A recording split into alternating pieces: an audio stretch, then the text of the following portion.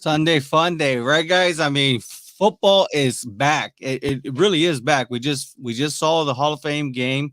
Um, I mean, gentlemen, what you guys think about the Hall of Fame game? Was it just it's just good to see football back?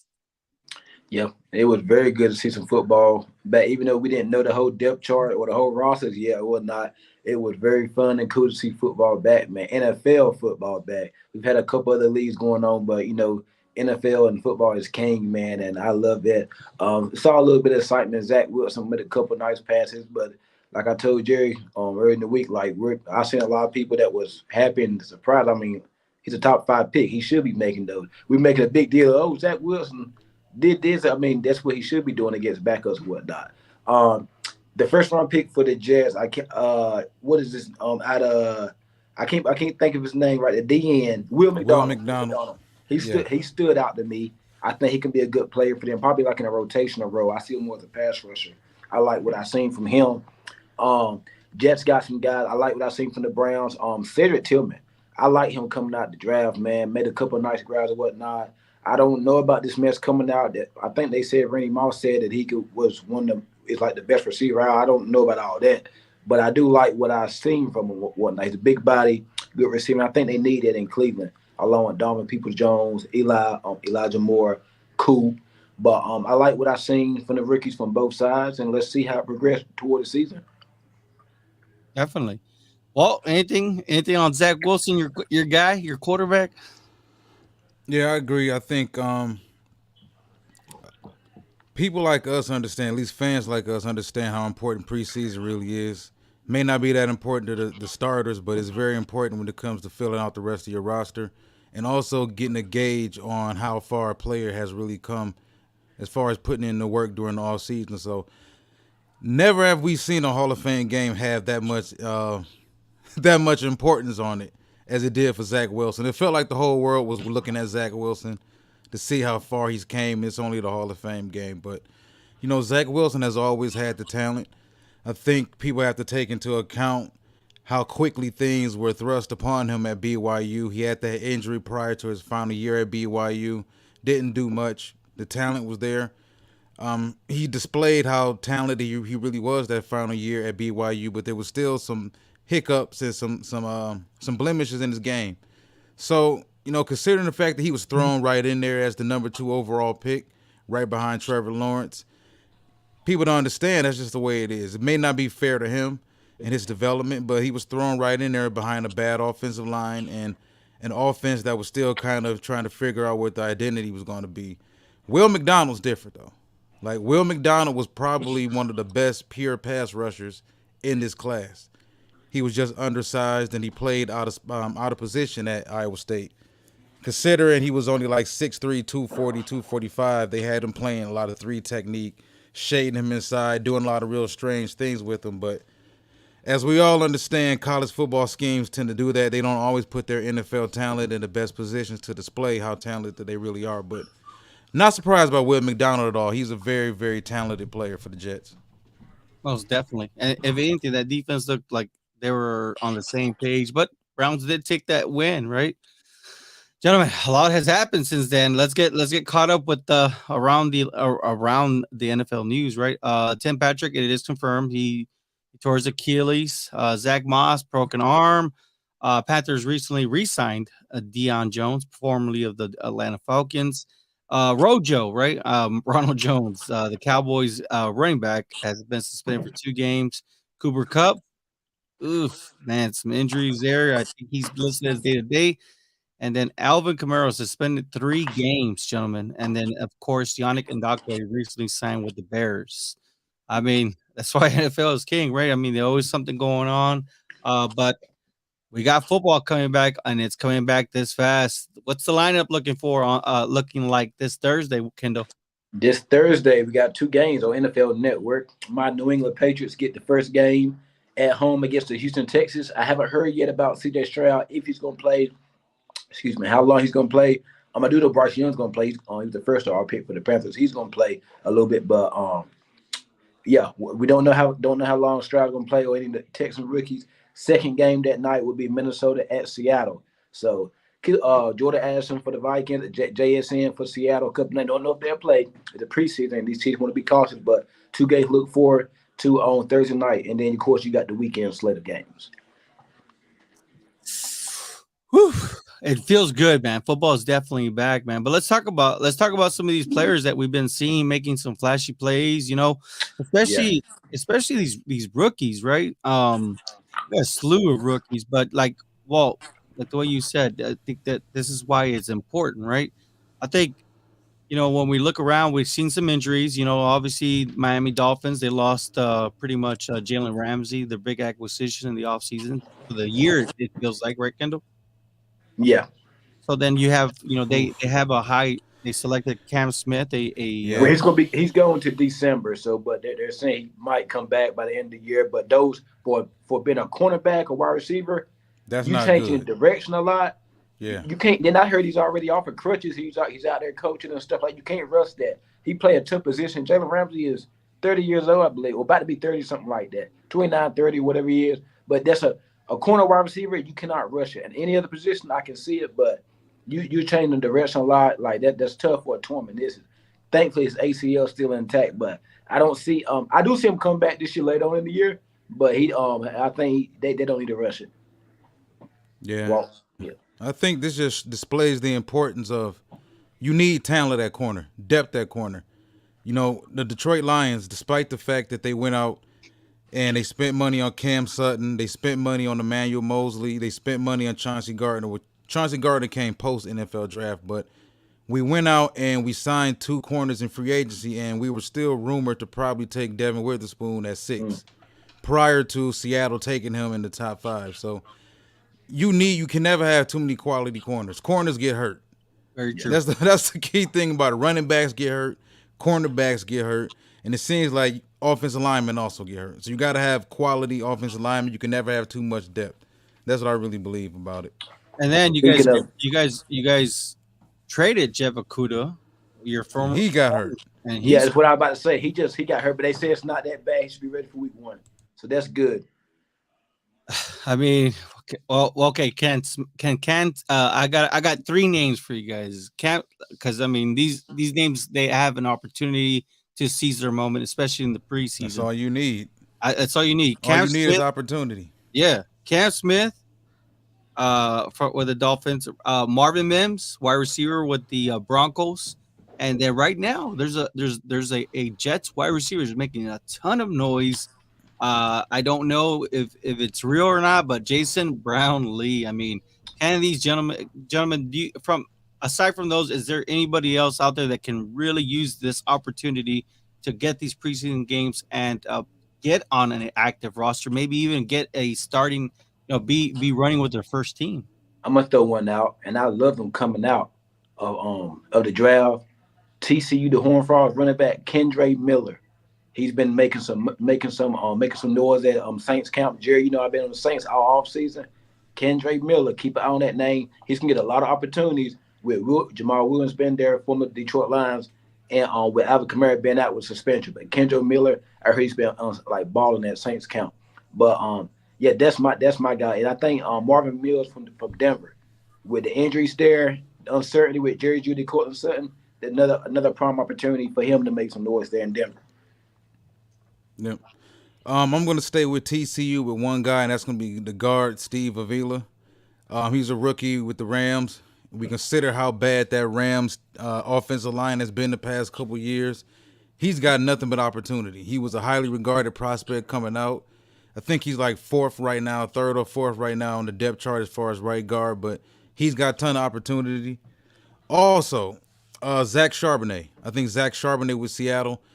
Kenneth Walker is a very talented back. I think when he's healthy, he's their best back. If you go through that roster, that list of backs they got over there, problem is Kenneth Walker, he has a lot of miles on his tires. He transferred out of Wake Forest. He had a lot of carries at Wake Forest. He had a monumental final season at Michigan State, where a Heisman Trophy caliber type of season, where he was the best running back, maybe the best, most dynamic player in the country that year. And now you go to Seattle, and he had injuries. He's kind of dealt with injury issues his first year with Seattle, and now he's dealing with injuries now. So, as we all know, man, when it comes to the running back position, teams don't care. You can be as talented as you want if you're always injured. If the next guy steps in and he rushes for 130, you can be out of a job Is in a heartbeat. McIntosh hurt or is he? No, I think McIntosh is okay, but I think Charbonnet, he fits more the mold of what I think Pete Carroll wants his running back to be. Even though Kenneth Walker's the better back, he's the better all-around back. I think Charbonnet is more north and south, take the yards that are there, has a little bit of breakaway speed. He's more of, I think, Pete Carroll's type of speed when it comes to running back. But he definitely has the ability to win that team over during this preseason right now because Kenneth Walker is just a back that I think running backs already get hurt consistently. He's the type of back that I think is going to stay nicked up from time to time. You may get a little frustrated with Kenneth Walker because he may look like a top 5 back 3 straight weeks. Then you may miss him for 2 weeks. That's just the type of back he may be. But, yeah, Charbonnet and Steve Avila, I think, are 2 guys that have huge opportunities this preseason. Well, the Seahawks, the noise around there with the Seahawks is Kenny McIntosh, right? The Georgia running back. So they knew what they were doing in the offseason. They really want to get back to Pete Carroll's style of offense, right? We got a couple comments here. NFZ, we gonna see Jameson Williams in preseason or not until week 7? Good question. I hope. I mean, the thing is this: he's still eligible to play in preseason. So why wouldn't you let him play? That's how I feel. Even though people may feel as if the preseason doesn't really matter, he could get hurt. He can get hurt anytime. He can get hurt in practice tomorrow, for all we know. For a guy that missed as much time. How has he looked during this training camp? He looked inconsistent. You know, he has his splash plays, but he had a day last week where he struggled catching the football a little bit. And head coach John Holmes, not John Holmes. Head coach Dan Campbell made a somewhat controversial comment to some people around here saying that he may never be an elite pass catcher, which is something that I said with him coming out of college. Like, he's never been a possession guy. If you expect him to be a Larry Fitzgerald to make all these acrobatic body control catches or whatnot, like he's AJ more of a Green, big play threat. Can you see him being a future number 1?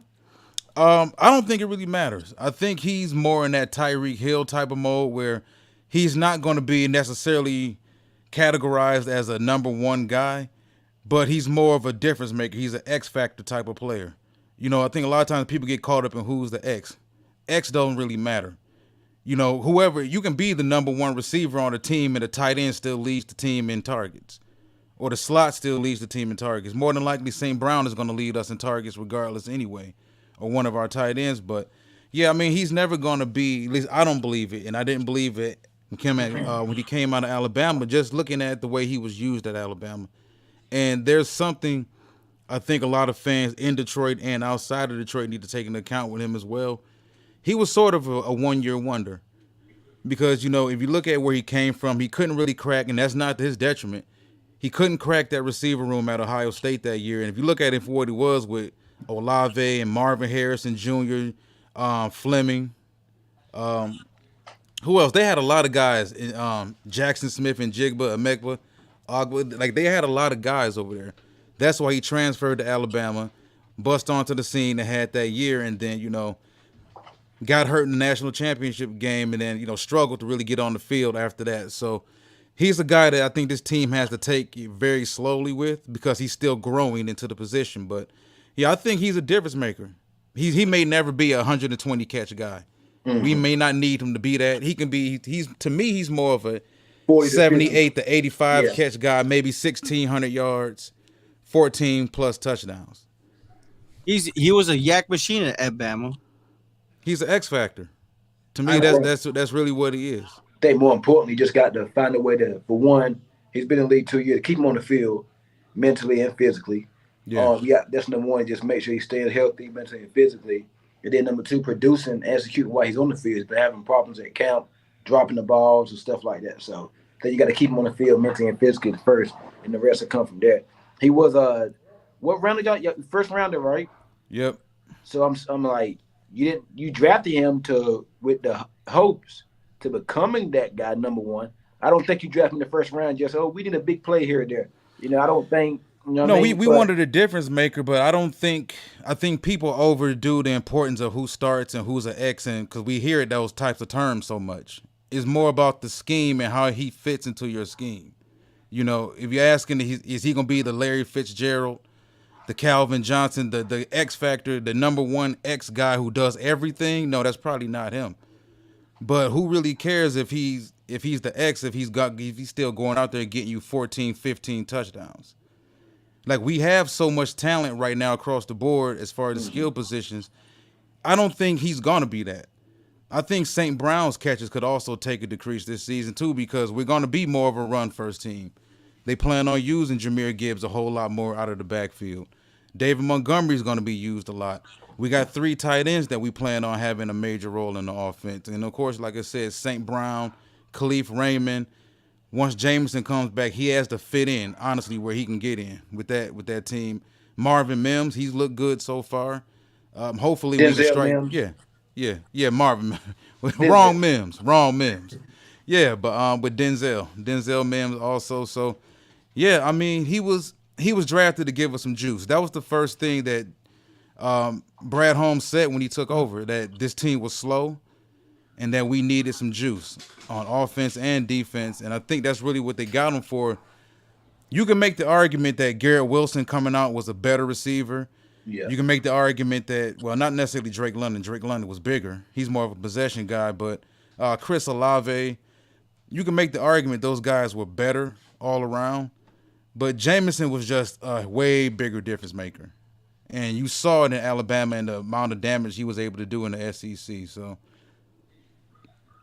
That's and to get back to his original question, I think he should play in preseason. They haven't said anything regarding him not. So we do got some news since we've been on. We'll get to the comment in just a bit. Vikings have signed former Patriots first round wide receiver Keel Harry. mm-hmm. The Carolina Panthers have signed Justin Houston, edge rusher, and looks like the Eagles have signed Miles Jack, linebacker. Interesting. Yeah. So Okay. yeah. So we're making news all over the place. I mean, first and foremost, Eagles signed Miles Jack and Zach Cunningham. and Zach. 2 linebackers. Yeah, they got 2 linebackers. I mean, does that mean that Kobe Dean is not going to see the field again this season? Oh, how wrong we can be. How wrong we can be when it comes to the draft process. Oh, what about N'Keal Harry? It says that Kobe Dean should be back soon from his ankle injury. So apparently he suffered an ankle injury. What'd you say, Walt? I think this question is more directed towards you, Kendall, because you got a chance to see him for a handful of years up close and personal. Boy. So he can't separate. And the thing is this, like, the league is full of receivers that can't separate. But the problem, I think, with him is this. You also don't play the ball well. Like, there's plenty of receivers that can't separate, that still have ball skills and still give their quarterback a quarterback-friendly target. What do you think this means for Minnesota, man? I don't think this helps them really much at all. I don't even think he makes their team, man. I think he's more of a count body. He's had a couple workouts with the Cowboys, the Eagles, Buffalo last week. They ended up signing Indy Isabella. Buffalo did. Harry, I wasn't in on him the first 2 years. I wanted to give him some time, but I mean, he didn't separate in college. He got questionable hands. Didn't really get our playbook down pat. Brady didn't trust him when he was there. He had 3 quarterbacks when he was in New England: Stidham, Cam, Mack, and he had Brady. So that's 4. He went to Chicago last year. I didn't see. I think he made 1 acrobatic catch on Jair Alexander. Other than that, he didn't do much. They didn't re-sign him, so obviously they didn't care too much. Now you're in Minnesota, credit depth chart. Yeah, they lost Adam Thielen. You got Justin Jefferson, Jordan Addison, who I love out of USC and Pitt, KJ Osborne. They still got Jalen Rager. So you got 2 first-round busts on the same team or whatnot.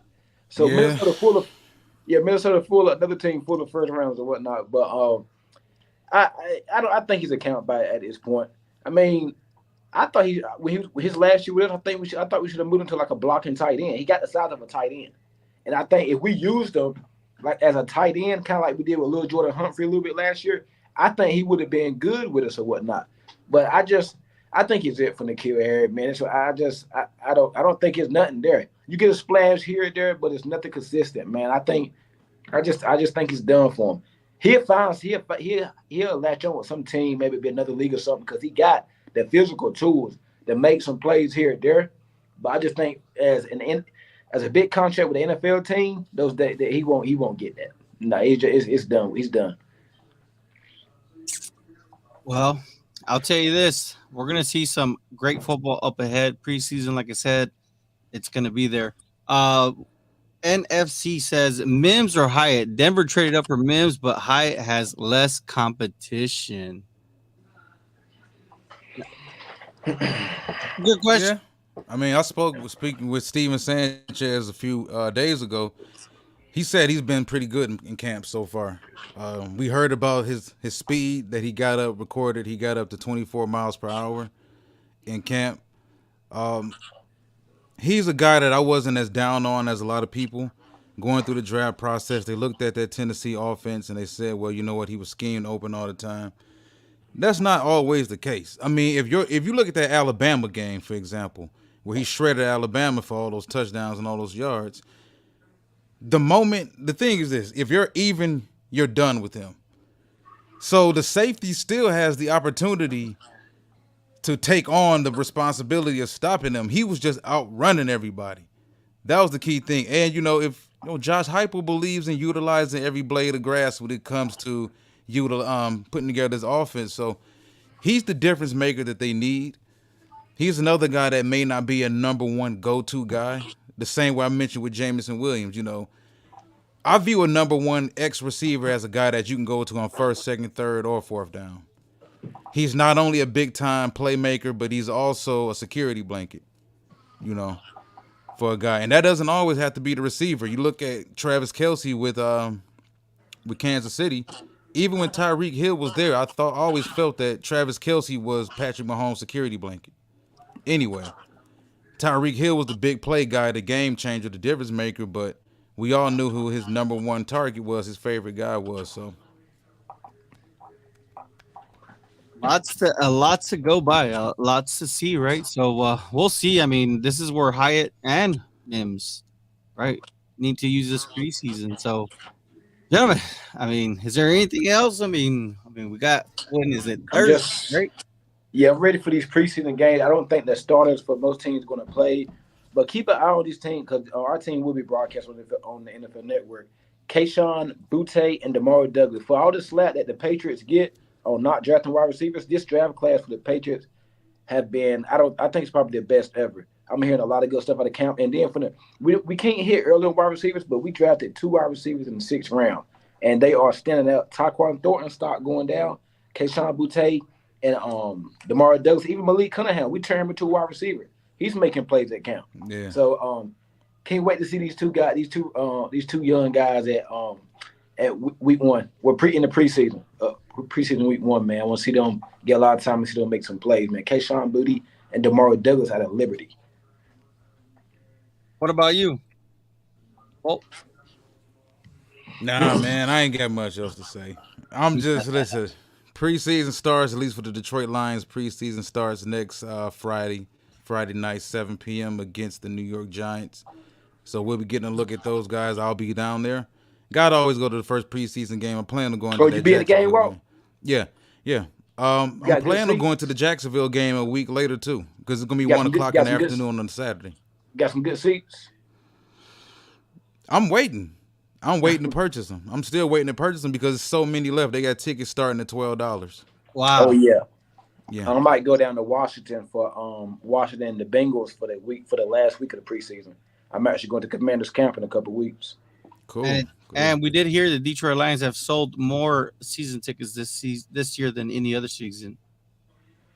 The hype is real, man. JM, you on this Deuce Vaughn hype train? I've been saying he won't see the field, so I seen him in training camp take snaps with first team, and you know what? That's what I've been seeing is Deuce Vaughn's been taking snaps with the first team.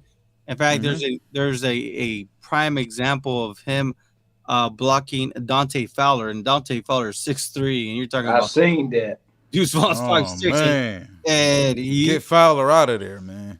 man. I mean, we already know as Cowboys Nation already knows Dante Fowler. He is a speed. He's just a speed rusher. That's it. That's what he is at this point in his career. But I will tell you this. Yeah, but that ain't no excuse for Deuce Vaughn to put him on his back pockets, man. Well, I mean, he didn't plant him on the floor, but he was able to. He blew him up. He was able to set a pick, man. So it is what it is. Am I on the hype train, man? I am super excited for this kid. I think that he's gonna make it. I think that he will make this roster. I think they're gonna use him on a lot of special teams. I think there's some players that need to be careful because it looks like this Cowboys team is loaded.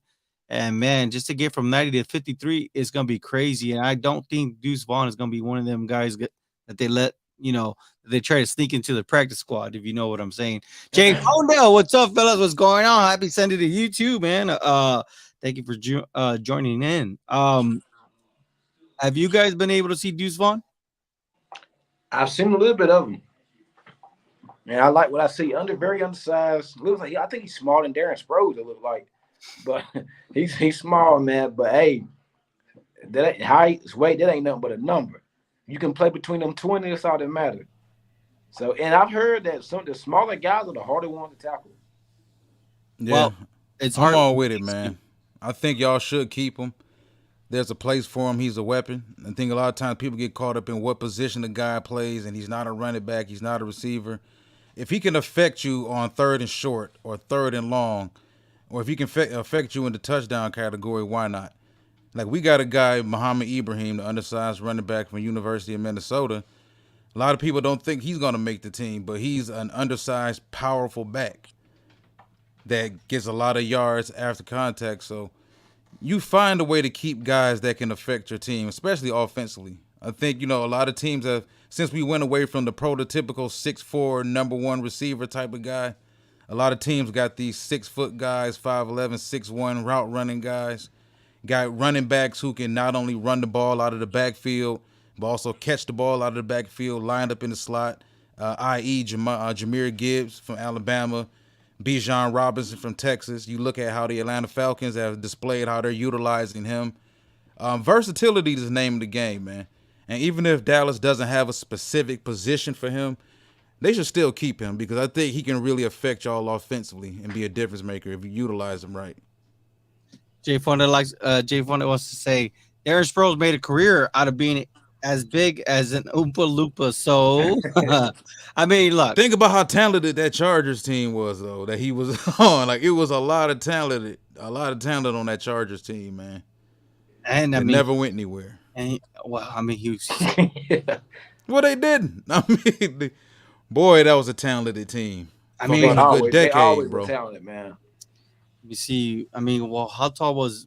Let's see here. How tall Sproles was 5'6", wasn't he? 5'7". I think 5'7". I know Ibrahim is 5'8". Let's double check. Well, isn't Nick Chubb like 5'9" though? Nick Chubb isn't too much taller. Darren Sproles is listed at 5'6", 190. Okay. So he was thickly built. So he wasn't really small. He was short, but he wasn't really small. Because 190 on the 5'9" frame, if you remember how Darren Sproles was built. And Sproles didn't really take a lot of hits either.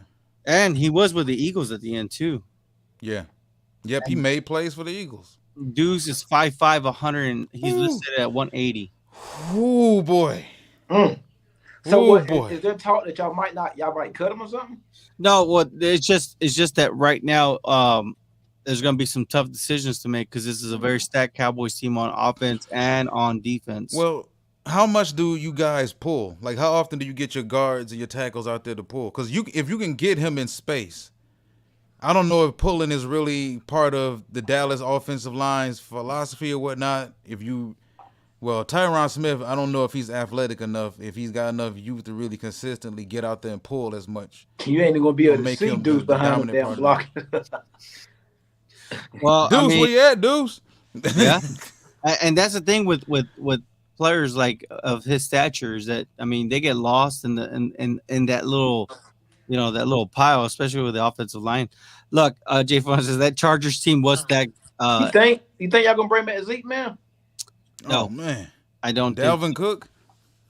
Nah. No, If they ain't gonna pay Zeke, they ain't gonna pay good. no. From the work that me and Harvard have seen, that money that the Cowboys have, I think. I mean, they were one of the teams that had what 25 million, and they specifically asked, "How about is like are the Cowboys looking at maybe bringing in Dalvin Cook?" And they said no, the money's already spent and it's been allocated because they have a plan, and it's 3 years in advance. The way the Cowboys structure their extensions is they look like 3 years into the future, and they already have who they want to sign. Hence, Trayvon Diggs deal got done, and then slowly and unexpectedly, Malik Hooker gets a 3-year extension as well with the Cowboys. So I think right now, I believe the next one would be CeeDee Lamb, and then of course they're going to get ready for Micah, and then of course in the offseason they're going to have to revisit Dak's contract as So well. what about Martin? I believe with Zach Martin, man, I think it's just I believe this is just a hunch, man. I think he's just gonna come back to the team. I know that he texts Tyler Smith. I believe with him, I believe it's just father time, man. I think he didn't really want to make the trip to Oxnard. How old is he now? He's in his 30s. Yeah, I think he's a 31, 32 around there. But I think with him, once the Cowboys return to Texas, I think he'll be back with. So CD should get done before the season start. It might be during the season. I mean, it could be during the season. Right now, I know that they were trying to do that. What he said, nobody else is lined up right now to get paid. Yeah, I mean that's basically what it is. But I mean, we did hear Stephen Jones say that he specifically put out names. He put out Diggs, Lamb, Steele, and then he says, of course, Michael Parsons. Jay Fonda says, I heard a solution for Zach Martin from someone I follow on Twitter. 1-year extension worth 32 mil. Convert 14 of that signing bonus. Boom, there you go, 20 mil. That's interesting. And I'm glad somebody brought that up because we were discussing something similar that the other day on Detroit Lions Avenue in regards to running backs. Possibly trying to find a solution to why, can these running backs get more financially compensated? And I believe, and me and Ashanti both believe that at some point in time, the owners aren't going to cave on certain things. One thing they're not going to cave on is the extended contracts. So I think it could be a possible situation where running backs are going to have to kind of bite down and just sacrifice the long-term solution, the long-term, what do you call it? The long-term stability, which is what a lot of running backs want. And just start taking the 1-year deals. I think a lot of running backs are going to have to be mercenaries now, where, you may be 25 years old. You still got a lot of tread on the tires. A lot of teams aren't really run dominant teams anymore. You may have to go take a 1-year deal with the New York Jets for 16 mil.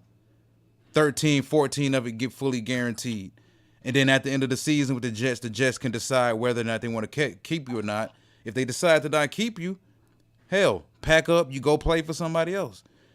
Because now it's like, if they're not going to give you the long-term stability, you got to get the money then.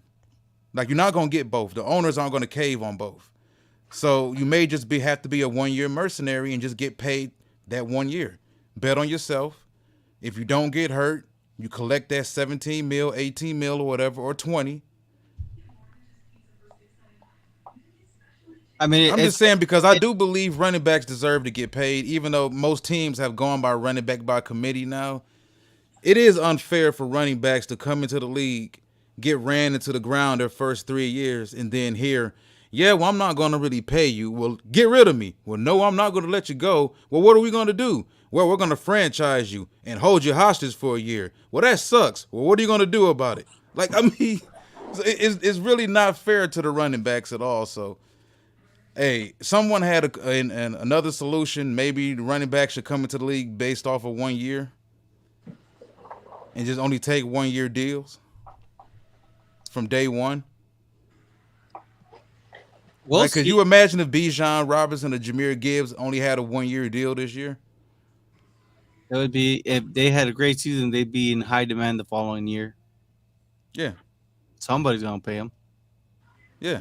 I mean, the one question is you got to look around and see what running backs that are a little bit, that are veteran running backs that are finding jobs with another team. Hence, Jamal Williams. He A lot quickly of them found aren't. well, I'm saying if they Yeah, take that route with Jamal Williams, I mean, look at him. He's been able to make some money, make some noise, develop into a running back, the running back that he is suited for in the NFL. Did that with the Lions, and now he's transitioning over to the Saints, and you know what? He's going to be used now with the Saints. He's going to be able to extend his career, play it. So I mean, definitely, this is something that we are definitely going to be paying attention to closely, seeing exactly like that. With the Zach Martin situation, I mean, I think that's a great idea. What Jay Fonda said right here. What did he also say? He says teams have had it with running backs every year, setting the market and wanting more. I don't think the running backs have a leg to stand on. Oof. he might be right. I mean, it's considering the fact that most we need to actually Google the percentages when it comes to these running backs of the percentage of the yardage that they're responsible for on their team, or the percentage of the touchdowns, points that they're responsible for, because a lot of these running backs aren't the focal point anymore. Derrick Henry may still be with the Tennessee Titans for that matter, but even Dalvin Cook, like Dalvin Cook is still a serviceable, solid running back, very talented. Yes. But the moment that the Vikings got Thielen over there, who they didn't see, eventually emerging into what he emerged into, even though he's not there anymore.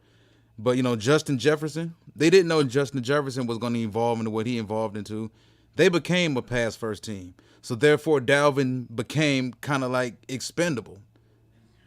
They're going to run with Madison and a couple running backs. A couple rookies this season. Saquon Barkley, I think, is more important to the Giants' success than Cook is to the Vikings, though. Very true. Very true. I mean, but Yeah. let's look at Christian McCaffrey's contract, just to kind of just so people understand what Jay Phone just said.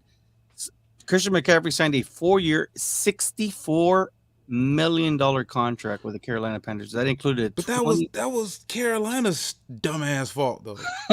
Like, I'm just being honest. Like, why would you give a running back? I'm not hating on running backs. It's 21.5 million in his signing bonus, 38.1. I understand, and he was a huge part.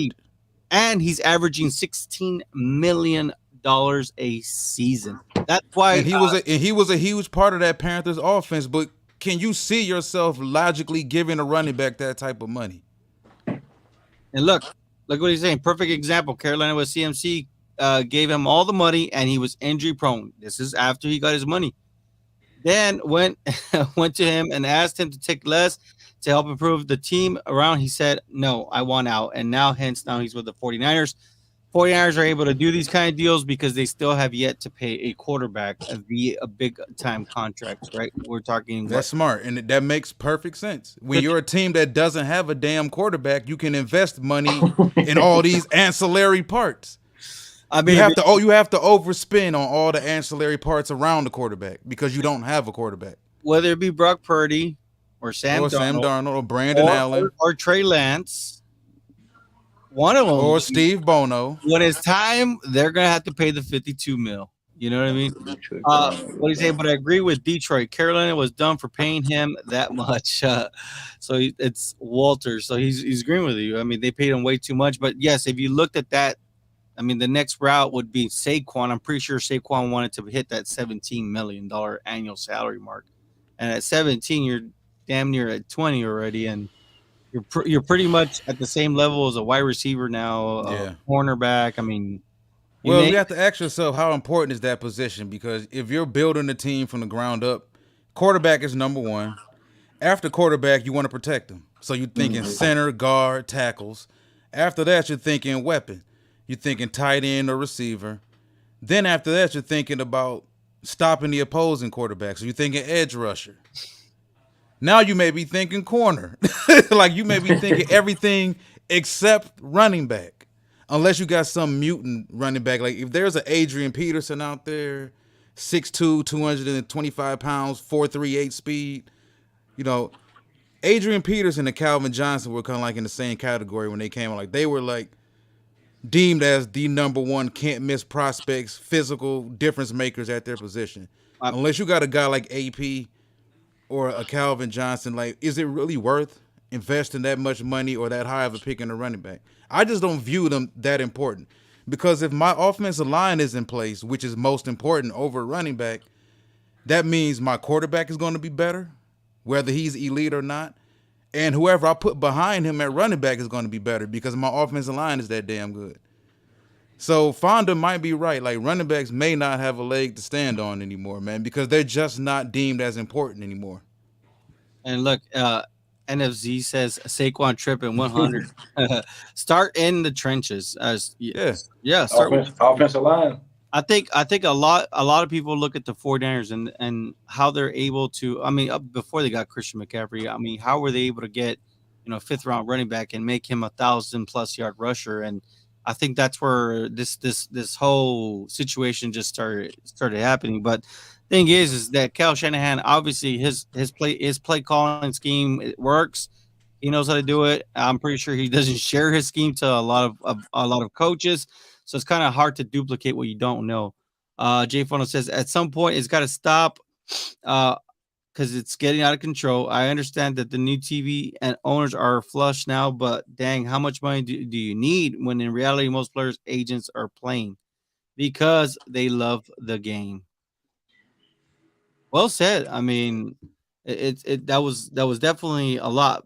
Um, I mean, yes, you got to always ask yourself how much how much do you need? But I mean, at this point, you're talking about $1 billion business in the NFL. So these players they want to secure the bag and make sure they're taken care of in this lifetime, and make sure their kids are taken care of. So if you're in that position to make some money, I'm pretty sure we all are going to try and make some money off of it. That's it for us, guys. I mean, we'll check back after, of course, all the preseason. I mean, this is going to be a crazy week. Hey, make sure you give us a subscribe, follow. I know we're going to be doing some fantasy football pretty soon. Yes, Well, sir. well, I know you're out, but Kendall, myself, and Javier, we're going to be doing beat East West football, man.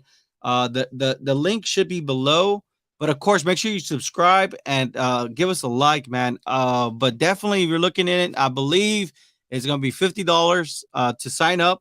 And the draft is in a couple weeks, right, Jerry? It'll be September. Let me see the date briefly. It's going to be on September 3rd. It's the Sunday before kickoff, right? Because kickoff is the 7th, September 7th. So we will be drafting September 3rd. So if you guys are interested in joining our fantasy football league, it's gonna be Kendall, myself, and Javier Zuniga. If you guys are interested, definitely the link is there below. Just get familiarized there. The only thing I'll tell you is create the profile on the next live that we do. We'll have the actual link to join the actual league, or we'll be on. Yes, I sir. believe it's going to be perhaps a 12-man team, and we'll give you more of that information. But definitely go and click on the link below and make sure you create your profile, and that will help you be able to face us and see if you can beat us in fantasy football. Let's see. Jay Fun says, unless you're Mahomes and just built a $35 million home. I think that's the situation with Zeke too. I think Zeke built himself a big old mansion in Dallas, and it's making him hard to pick any contract or any team right now. That's it for us, gentlemen. Until then, we'll thank you all for tuning in. Yes, Have a great sir. have a great Sunday.